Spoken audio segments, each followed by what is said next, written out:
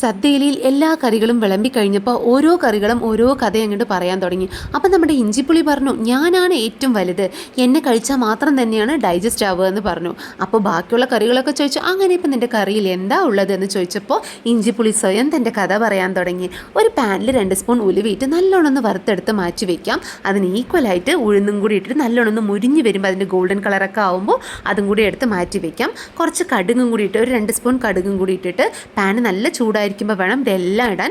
അപ്പോൾ കടുകും കൂടി ഇട്ടിട്ട് കടുക് നല്ല പൊട്ടി വരണം, കരിയാൻ പാടില്ല. നല്ലോണം ഒന്ന് പൊട്ടി പൊടിഞ്ഞ് വരുമ്പോൾ അപ്പം നമ്മുടെ എല്ലാ പൊടിയും കൂടിയിട്ട് എടുത്ത് ഒരു പാത്രത്തിൽ മാറ്റി വയ്ക്കാം. ഇഞ്ചിപ്പുളിക്ക് ആവശ്യമുള്ള എല്ലാ ഐറ്റംസും നോക്കാം. ഒരു 1/4 കിലോ ഇഞ്ചി എടുത്ത് മാറ്റി വയ്ക്കാം. ഒരു 4-5 ഡേറ്റ്സും ഒരു 5-6 പച്ചമുളകും ഒരു വലിയൊരു സൈസ് പുളിയും കൂടി എടുക്കാം. പറ്റുന്നത് നമ്മൾ പഴയ പുളി എടുക്കാം, കുറച്ച് കറുത്ത പുളിയാണെങ്കിൽ ഒരുപാടും നല്ലതാണ്. അപ്പോൾ ഇഞ്ചിപ്പുളിക്ക് നല്ലൊരു കളർ കിട്ടും കേട്ടോ. അപ്പോൾ നമ്മുടെ പുളി ഒരു വലിയൊരു സൈസ് പുളി എടുത്തിട്ട് നമ്മൾ വെള്ളത്തിൽ ഒരു അരമണിക്കൂർ കുതിർത്തി വെക്കാം. അതേപോലെ തന്നെ നമ്മൾ ഡേറ്റ്സും കൂടി എടുത്തിട്ട് വെള്ളത്തിൽ നല്ലോണം ഒരു അരമണിക്കൂർ കുതിർത്തി വെക്കാം.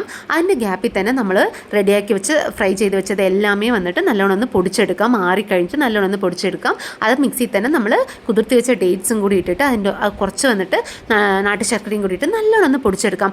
ഈ പുളിയും വെല്ലമാണ് നാക്കിൽ നല്ലോണം ഒരു എൻഹാൻസ് ആയിട്ടുള്ള ഒരു ഐറ്റങ്ങളാട്ടോ.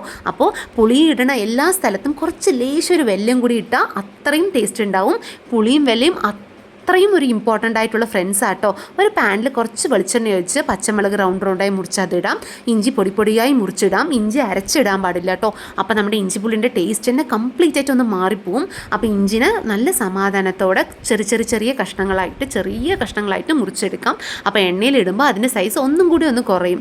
നല്ലോണം ഒന്ന് മുരിഞ്ഞ് റെഡിയായിട്ട് വരണം. അപ്പോൾ നല്ലോണം ഒന്ന് ഇളക്കി ഒരു 5 to 10 മിനിറ്റ്സ് നല്ലോണം ഒന്ന് ഇളക്കി. അപ്പോൾ നമ്മുടെ പച്ചമുളകും ഇഞ്ചിൻ്റെ എരിവൊക്കെ നമ്മുടെ എണ്ണയിൽ നല്ലോണം ഒന്ന് ഇറങ്ങി വരും. അപ്പോൾ നല്ലോണം ഒന്ന് ഇളക്കി ഒരു 5 to 10 മിനിറ്റ്സ് ഇറക്കി കൊടുക്കുമ്പോൾ അതെങ്ങനെ മുരിഞ്ഞ് വരും. അപ്പോൾ കുറച്ച് കരിവേപ്പിലയും കൂടി ഇട്ട് നല്ലോണം ഒന്ന് ഇളക്കി കൊടുക്കുക.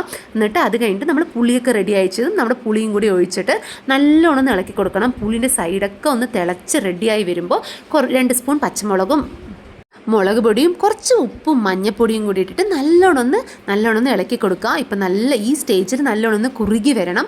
അപ്പം നമ്മൾ പൊടി റെഡിയാക്കി വെച്ചത് എല്ലാം കൂടി ഇട്ടിട്ട് നല്ലോണം ഒന്ന് ഇളക്കി കൊടുക്കുക. അപ്പോൾ അതിലെ പൊടിയിൽ എന്തൊക്കെയാണെന്നൊന്നും കൂടി പറയട്ടെ.